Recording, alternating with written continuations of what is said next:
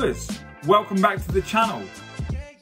This video is a review for the Whoop 4.0. If you're watching this video, then like me, at some point or another, you have seen or at least heard of the Whoop 4.0. And if you haven't, then you've come to the right place.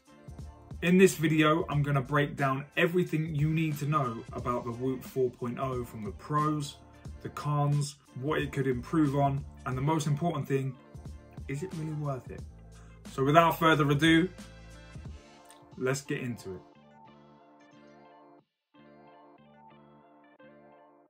The Whoop 4.0 is a wearable fitness tracker. Like the Apple Watch and others, it will monitor your health metrics. But unlike other fitness trackers on the market, it has no screen, no notifications, and it's a subscription-based product. The Whoop is said to be the most accurate tracker on the market, boasting a 99.7 accuracy on heart rate and a 99% accuracy on heart rate variability. It's designed in a way that focuses on keeping it on your body. The battery pack bundled in the box charges separately from the device and then slots onto the Whoop itself, thus not needing to take the band off of your arm. This is something other trackers do not support. Both the band and the battery pack are rated IP68 dust resistant and water resistant. So if you fancy it, you can charge your Whoop in the shower. The band itself is a similar, if not the same material as, say, your Nike Flyknits or your Adidas Ultra Boosts. It's very comfortable and almost unnoticeable after a few hours of wearing it. Whoop offer a huge amount of customization where the band is concerned.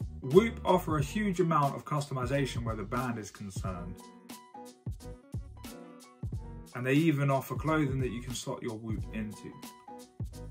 As I mentioned earlier on, Whoop is a subscription-based product with 3 different options. You have a monthly price, and in the UK currently that's £27 a month. An annual price of £264 a year, which makes that a saving of around 18%. It's about £22 a month. And Whoop Pro, which is an annual Whoop membership bundled with a service which offers the buyer periodic free gifts and 20% shipping. And that is an upfront price of £408.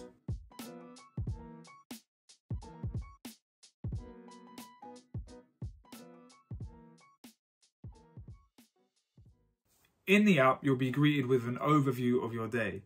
And here you can scroll through strain, recovery, and sleep.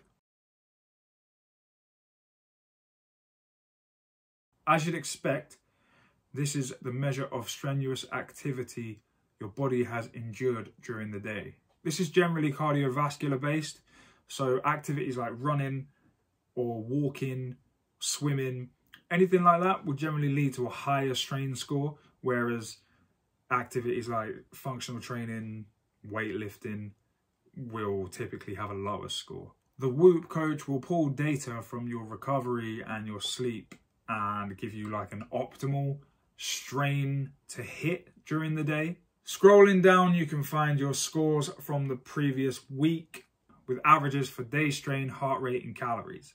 You can also find your monthly and 6 monthly reviews here. The recovery page is influenced by 4 main values. Them being heart rate variability, resting heart rate, respiratory rate, and the hours of sleep you've had prior to the day. The difference between the strain graph and the recovery one is that the recovery one will be split into red, yellow, and green.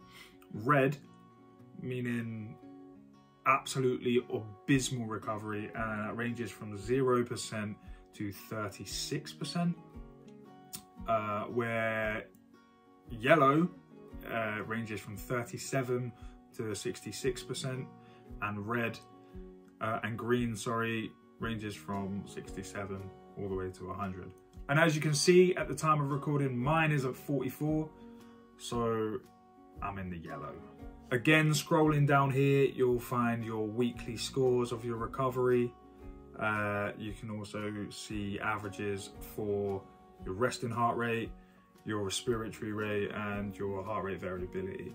And of course, you can find your monthly and 6-month progress through this page as well. The sleep tab shows a percentage of 0 to 100 hours of sleep that you've had and hours of sleep that the Whoop believes you needed. If we come back to the overview page, we can click our sleep from the previous night and you get a little breakdown of your awake, your light sleep, your deep sleep, and your REM sleep, along with some metrics at the bottom and a heart rate graph through the middle. As I mentioned a little bit earlier on in the video, the Whoop will monitor key health metrics such as your blood oxygen level, your heart rate, your resting heart rate, your skin temperature, your heart rate variability. All of these metrics can be found in the Whoop app. It does take about 7 days to calibrate these metrics, but once it's done, you can find them in the health monitor from the night before.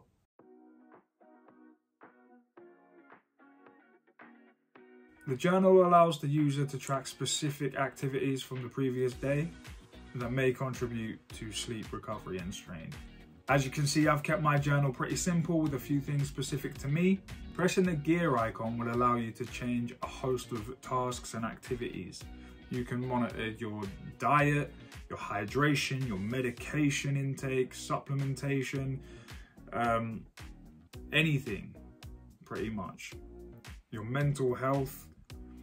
Anything you can think of is pretty much there in the app, and you can add it and take it away and toggle it every day to see what may or may not be contributing to your sleep or your lack of sleep. I really like the idea of this because it not only allows me to monitor what may be hindering me getting a good night's sleep, but also allows me to keep accountable for if I'm sticking to my gluten-free diet, or if I'm hydrated enough from the night before, if I've taken my supplements or my medication from my hypothyroidism. You know, it allows me to keep on track, as well as finding what things, so like I may have had a coffee at 7 o'clock at night or something, that would definitely impact my sleep.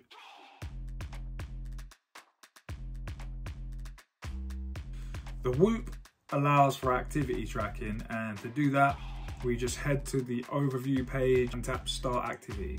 From here, you can hit the drop-down menu and choose from what seems like an endless list of activities, from weightlifting to yoga, from running to swimming, anything and everything in between. You can also track recovery activities, you can track naps and sleep. Everything you can think of, you can track it through the activity tracker. And also on the plus side, if you did a run earlier that you forgot to log, you can hit this little man up here. Here you just put the start and the end time, what it was you did, and where you wore your Whoop. Then hit save. However, Whoop can also auto track activities. If the device notices a cardiovascular exertion for longer than 15 minutes, it will begin to track that activity and put it into the best category that it believes that you are doing.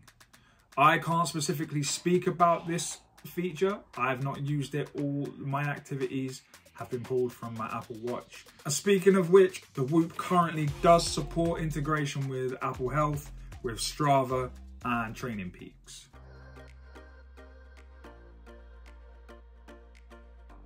So for me, the best thing about Whoop is the sheer volume of data that it collects. For someone like me who actively tracks their health, this is ideal. I have noticed a slight change in my overall function on days where my recovery and sleep have been higher. Overall, the Whoop does exactly what it says. It fits well. It almost becomes like an extension of your body, say like a wedding ring. It's very comfortable and it goes unnoticed most of the time. I've seen many a review saying they don't like the charging concept. However, I have to disagree. I find it much simpler than like taking my Apple Watch off, putting it on the magnetic part, leaving it, putting it back on. I know that's not a hassle, but in terms of like taking this off, throwing it back on, that's much easier than having to, you know, take that all off, put it on and then adjust it and everything. I just find this much more simpler. A lot of people don't enjoy it, but I find I have to disagree with those people. I do find it a lot better this way. As I mentioned earlier on in the video, another great thing about the Whoop is the journal thing. So like for me, like I said earlier, it allows for me to keep accountable for my diet, my hydration, my medication and everything else. I really do like that feature. And lastly, the auto tracking. I know I mentioned I haven't used that feature yet, but if it works the way it says it works, and it can pinpoint the actual activity that you're doing correctly, then how can that be a bad thing? That has to be a good thing. That's a brilliant thing. I do look forward to trying that feature out in the future, but as of now, I haven't used it, but I do think it's a good thing.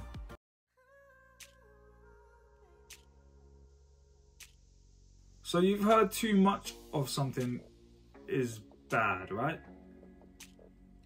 Well, as much as the sheer volume of data is a good thing, I have to also include it on the bad list, because I feel like for some users that could be really confusing, and it could be almost to the point where the product gets possible negative feedback, or, you know, gets shipped back to the company because that specific person doesn't understand the sheer volume of what they've got. So as much as it's a good thing, I also think it could be a bad thing in the wrong hands. I don't know. That's just something I think and I believe. Next up is the battery life. Yes, I enjoy the way it charges. I'm charging it right now as it goes. What I don't like is the sheer terribleness of the battery life. The Whoop website boasts 4 to 5 days of battery life.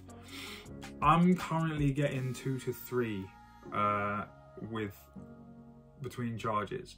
Now I'm coming from a Garmin watch, which I was charging once and wearing it for the whole week. So I don't know if that's me being picky or what, but I mean, if you're gonna boast on your website 4 to 5 days and I'm only getting 2 to 3 at most out of it, then that can't be good, right? That's gotta be in the bad. That's gotta be in the bad section of the video. And lastly, the price. Whoop is very expensive. And at a time of a cost of living crisis, everything's going up everywhere. I just think £27 a month is a big ask for the average consumer, especially when you have like the Apple Watch and the Samsung Galaxy Watch 5 sitting at around the same price of an annual subscription for this, which does the same things, and the functionality between your phones, you'd get your messages up, you'd get phone calls, and, you know, integration with like WhatsApp and all your notifications and all that sort of stuff. I just think for what it is, it's for the average person, it is a lot to ask for. It's very, very expensive for the average consumer. So I think maybe they should bring it down a little bit.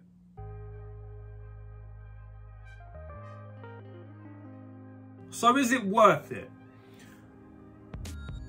For the average consumer, as we just mentioned, nah, no. Take your money, go and buy yourself an Apple Watch SE, Galaxy Watch 5, Pixel Watch at a push. You're gonna be getting everything the Whoop can do and more functionality with the integration with your iPhone or your Galaxy or your Pixel. The Whoop, don't get me wrong, is a great device. It's very expensive. That being said, it's nothing short of enjoyable to wear and to use. Overall, the product offers an in-depth and accurate insight to your health. It focuses mainly on your sleep and your cardiovascular activities, and it does what it claims to do well, but at the price that it's being sold for, or you know, the subscription service for that price, I personally couldn't recommend it to family and friends. However, if you're not short of a few quid, I'd definitely recommend it. It's, like I said, it's a great device, offers so much more in-depth insight into your health than you could ask for. If you're someone that loves metrics and loves data, it's definitely for you. But for the average consumer, again, no, nah, never. Not on a month for Sundays, mate. Not on a month for Sundays.